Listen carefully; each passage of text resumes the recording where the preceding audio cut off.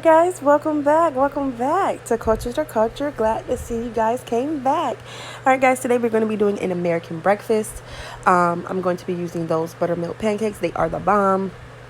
And I'm going to need 2 bowls, one for pancakes, one for eggs. I'm going to need that hot plate dish for to rest anything that's hot. I'm going to use that baking pan for my bacon because I do bake my bacon. I do not fry it on the stove.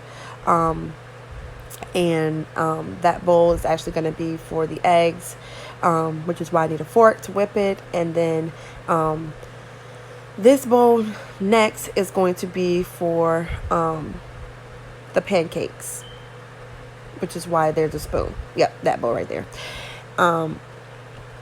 And then you're going to need a pan and then a flipper, a spatula.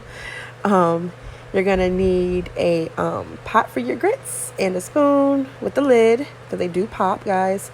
You're going to need your grits. Those are the grits that I use, Quaker. And that is bacon, guys. That is pork jaw bacon. I got that from Publix, and it does come pre-sliced.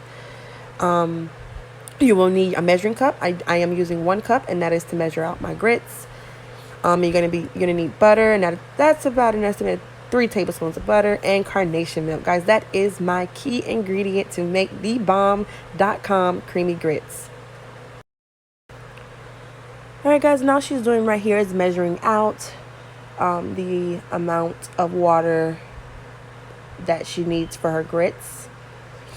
Of course, this you would need to follow because if you're doing it for 4 people, then you need to follow, the one for 4 people. If you're doing it for 6 people, then you need to follow for 6 people. I do follow the measurements to the T of the directions that they give on the box or whatever type of Quaker grits you get.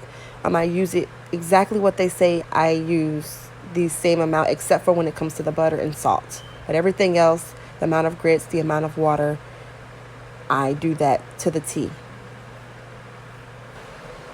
Except for also, sorry guys, also to where I do not follow how long it tells me to cook them either. That's one thing I also don't do. So the only 2 things I do is follow the amount that it tells me to use per serving for the grits and the water. That is all. Okay, guys, it is come to a boil. So all she's doing is pouring in the grits, and you do want to stir as you pour it in there so that nothing sticks to the bottom. I want to get all that out before it solidifies at the bottom, and then it'd be hard to get afterwards. And so yeah, you just stir. I do have it on high currently, and I am going to change it to a medium, and that's the way that we're going to keep it for the remaining time that it cooks. All right, guys, so now we're going to put the lid on and let it do what it do. And we're going to move to the next step. All right, guys, remember how I said I bake my bacon? So, yeah, this is how I do it. I lay it all across the cookie sheets flat. I don't have it toppling over one another because I do want to get that nice, evenly cooked bacon. So that's all that we're doing right here. It was just laying it down. I'm making sure they're not on top of each other, but they can be close, but just not overlapping. All right, guys, this is a secret ingredient. Look at that. Ooh, nice and creamy grits on the way. Salt and pepper, guys. That's all I use to season them. Of course, you can add cheese if you want, optional, obviously.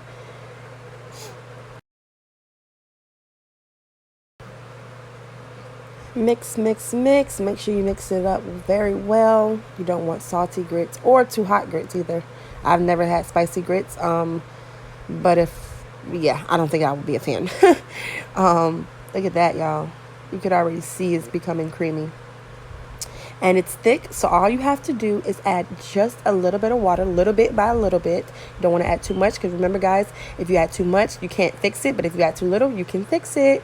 So, you just keep adding a little bit by little bit. Because, again, remember, you started these early before everything else. So you will need to add little bit by little bit water. All right, guys, we are going to go ahead and start the pancake batter mix. I don't measure my pancake batter mix either. I just go for consistency. Once I get that consistency, that's it. Once I get that consistency, guys, you'll know later in this video, you'll see how it looks. So I'm just going to start off thick, but then you'll see it get looser. And that's just how I go. I kind of eye it. You know how some people wing seasonings, they kind of just eye it. That's how I am with the pancake mix as well. All right, guys, we're going to go ahead and add our water. I do tap water. I don't do bottled water.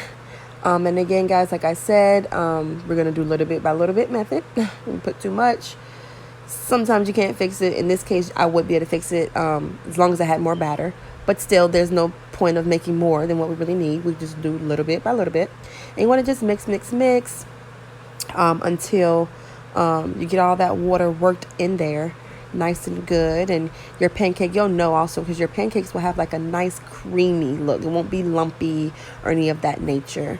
And you also, it is a such thing to in my opinion, to mix too much for the pancakes.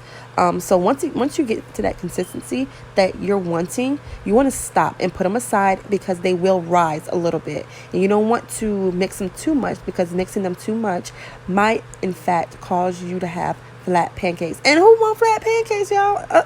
The whole purpose is of getting fluffy pancakes is why we want fluffy pancakes, right? Okay, so that is why you don't want to mix it too much. It's kind of like with eggs. You don't want to beat the eggs too much. Same concept.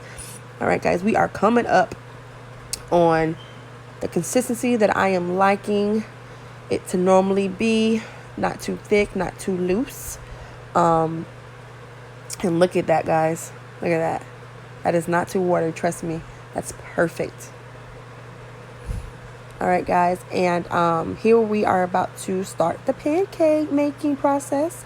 I do use vegetable oil. I don't like butter. I feel like butter makes it too buttery for me. So I do vegetable oil, and I just do a capful or a little under a capful per pancake. So each pancake that I'll be making will either have a capful of vegetable oil or a half capful of vegetable oil. And I will make it like that every single time. And I am putting the eye on, it looks about like 5, between 5 and 6. So medium high heat, if you will. And you slowly pour. You don't want to be too crazy with it. Slowly pour it. Remember, that is grease. It will pop on you. All right, guys, so all I'm doing now is putting the bacon in the oven, and I preheat it to 400. However, when I am preheating, I just go ahead and put it in there. I don't wait for it to preheat first. All right, guys, I know most people wait till the bubbles start forming on top of the pancake, but I don't wait for that. Reason being is because you see that crispy edges? Ooh, baby, I like them crispy edges, honey. So for that reason, I do not wait till the bubbles form. Otherwise, it'd be burnt. I don't want it burnt. I want it nice and pretty and golden. And you also want to keep in mind that it is heat inside of the pancake. So even though I'm flipping it before it's fully cooked on the other side is going to get cooked. But even when I take it out of the pan, guess what, guys? It's still cooking. That heat is still inside. Oh, it's your girl T. So yeah, it's going to be cooked fully. Trust me.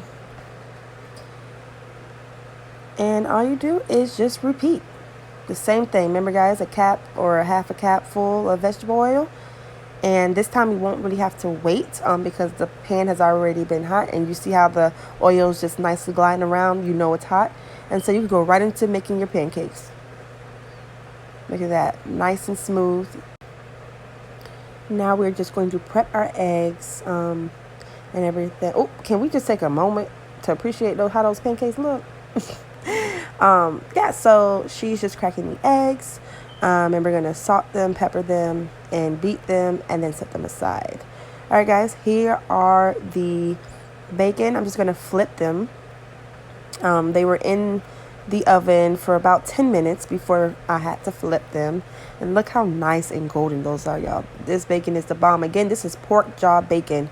I had never heard of it until recently, and when my dad put me on. It is the bomb. So crunchy, so good. Thebomb.com. I kid y'all not. But look how pretty that is. See, you would never guess I baked those. All I know y'all seeing that grease on the side and y'all like, oh my gosh. Yeah, that's okay because you can easily take that over the sink or in a little container dish if you keep your grease and you could drain it. That's easy as pie.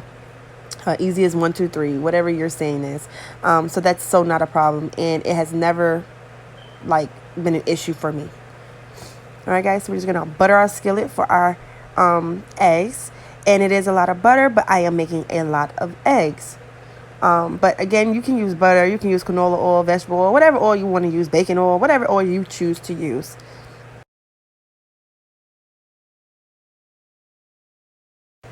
Ooh, look at that bacon. Ooh, bacon.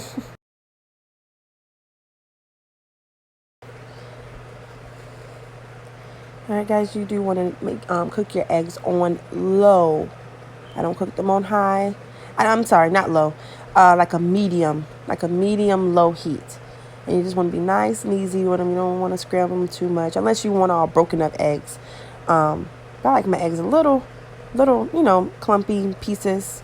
And I do make my eggs hard scrambled. So this is a recipe or a way to make them hard scrambled. So if you like sunny side up, this is not the way. Look at that, y'all. Nice and fluffy. No brown, no burnt, nothing. Because again, I cooked it on medium, low heat. All right, guys, here is the final product. Yes, crispy edges, nice bacon, creamy grits, fluffy eggs. I'm here for it. Don't forget your orange juice. And that's all. Thanks for watching, guys.